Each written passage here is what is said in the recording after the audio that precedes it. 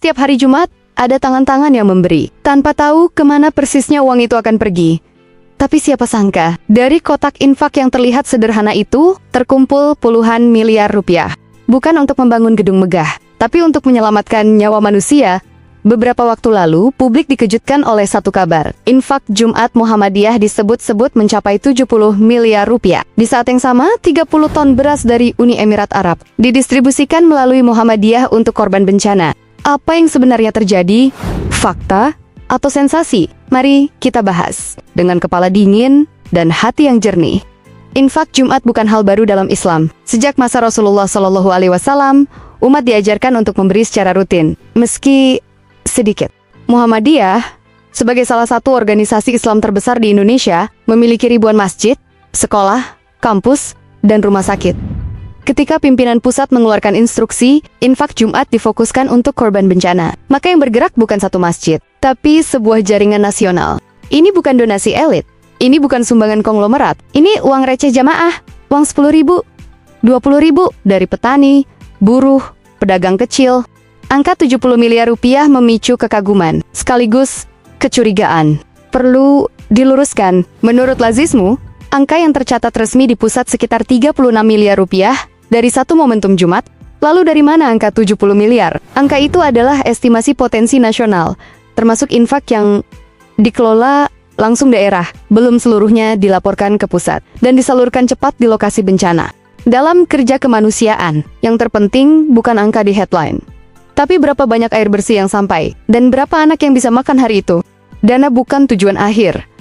Dana hanyalah alat, yang menjadi tujuan sejatinya adalah keselamatan manusia, pemulihan martabat, dan keberlanjutan hidup. Muhammadiyah memiliki MDMC, Muhammadiyah Disaster Management Center, sebuah sistem kebencanaan yang tidak bekerja reaktif, tetapi terencana. Disinilah infak umat tidak berhenti sebagai angka laporan, tetapi berubah menjadi kerja nyata.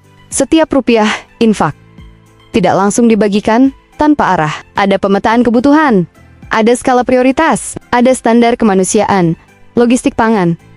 Disalurkan agar dapur tetap mengepul air bersih, dipastikan agar penyakit tidak menyebar. Layanan kesehatan hadir agar luka tidak menjadi trauma panjang. Dapur umum berfungsi bukan hanya mengenyangkan, tapi memulihkan rasa aman. Family kit dibagikan agar keluarga tetap bermartabat, meski kehilangan segalanya. Relawan-relawan ini tidak bekerja untuk sorotan kamera. Banyak yang datang paling awal, pulang paling akhir, tidur di tenda, makan seadanya, dan seringkali menunda kabar kepada keluarganya sendiri. Mereka tidak bertanya, ini warga siapa? Yang mereka tanyakan hanya, apa yang paling dibutuhkan hari ini? Selain dana yang terkumpul dari umat, ada pula bantuan yang datang dari luar negeri. Sebanyak 30 ton beras datang dari sebuah organisasi kemanusiaan di Uni Emirat Arab. Ini bukan bantuan politik, bukan kepentingan negara, bukan pula alat diplomasi kekuasaan. Ini adalah kerja antar lembaga kemanusiaan. NGO membantu NGO atas dasar kepercayaan, bukan ideologi. Ketika bantuan ini sempat mengalami hambatan distribusi, Muhammadiyah dipercaya menjadi penyalur. Penekanan makna, bukan karena nama besar, bukan karena kedekatan kekuasaan, tetapi karena satu hal sederhana: jejak kerja yang rapi, jejak laporan yang jelas, jejak penyaluran yang sampai ke tangan korban. Di dunia kemanusiaan, kepercayaan adalah mata uang paling mahal. Dalam kehidupan sehari-hari, kita sering terjebak pada perdebatan yang tak berujung. Soal kunut atau tidak, soal tahlilan atau tidak, soal cara ibadah yang berbeda. Padahal, ketika bencana datang, semua perbedaan itu seketika kehilangan relevansinya. Air bah tidak bertanya, kamu Nahdlatul Ulama atau Muhammadiyah? Longsor tidak melihat afiliasi. Gempa tidak mengenal mazhab. Di titik inilah kita diingatkan kembali, apa arti agama yang sesungguhnya. Masjid bukan hanya tempat ritual, bukan sekadar bangunan suci. Masjid menemukan maknanya ketika menjadi pusat kepedulian, ketika dari dalamnya lahir tangan penolong. Infak Jumat senilai 70 miliar rupiah bukan semata soal besar atau kecilnya angka.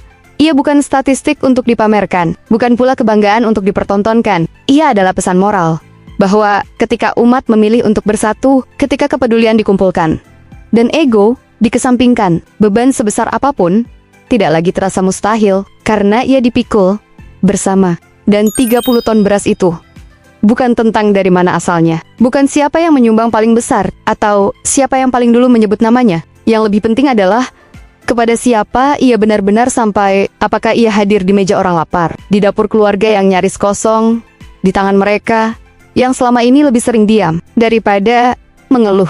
Kemanusiaan sejatinya tidak membutuhkan teriakan paling keras. Ia tidak lahir dari debat panjang atau klaim siapa paling benar. Kemanusiaan hanya membutuhkan kerja yang paling konsisten, langkah kecil yang terus berjalan, tangan yang terus terulur, bahkan ketika tak ada kamera, tak ada sorotan, dan tak ada tepuk tangan. Semoga kita semua menjadi bagian dari Islam yang menenangkan hati, bukan yang menambah luka.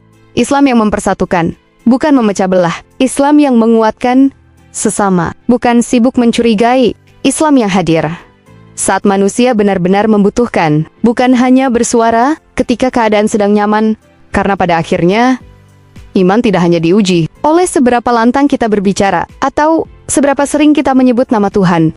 Iman diuji oleh seberapa jauh kita mau melangkah ketika yang lain memilih berhenti, sebab di sanalah iman berubah dari sekadar kata menjadi tindakan nyata. Jika hari ini kita masih bisa berbagi, masih bisa peduli, masih bisa mengetuk hati tanpa prasangka, maka semoga itulah ibadah yang paling jujur.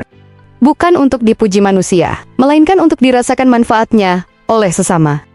Semoga langkah kecil ini menjadi bagian dari amal yang terus mengalir, dan semoga kita semua dijauhkan dari Islam yang hanya ramai di lisan, namun sunyi dalam perbuatan. Saya pamit, terima kasih telah menyimak dengan hati yang terbuka. Wassalamualaikum warahmatullahi wabarakatuh.